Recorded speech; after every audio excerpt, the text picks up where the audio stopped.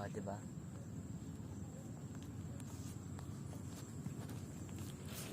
Wala. Nililipat niya naman. Meron na kanina. Kunting-kunti lang ang nakukuha niyang gatas. Kawawa siya oh.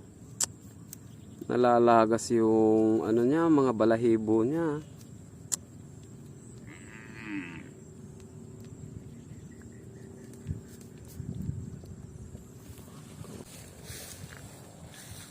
Lumaban ka, Kuking.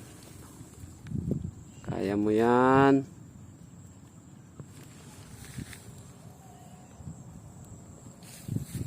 Kawawa siya oh, nalalagas yung balahibo niya.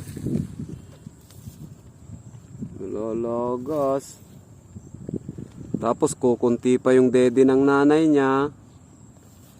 Ano ba yan? Ang taba-taba mo, tapos kukunti lang ang gatas mo.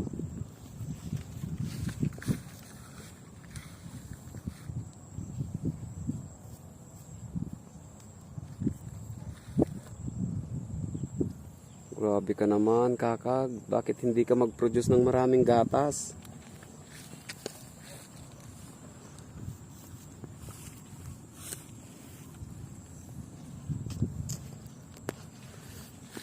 Kaya mo yan, ha?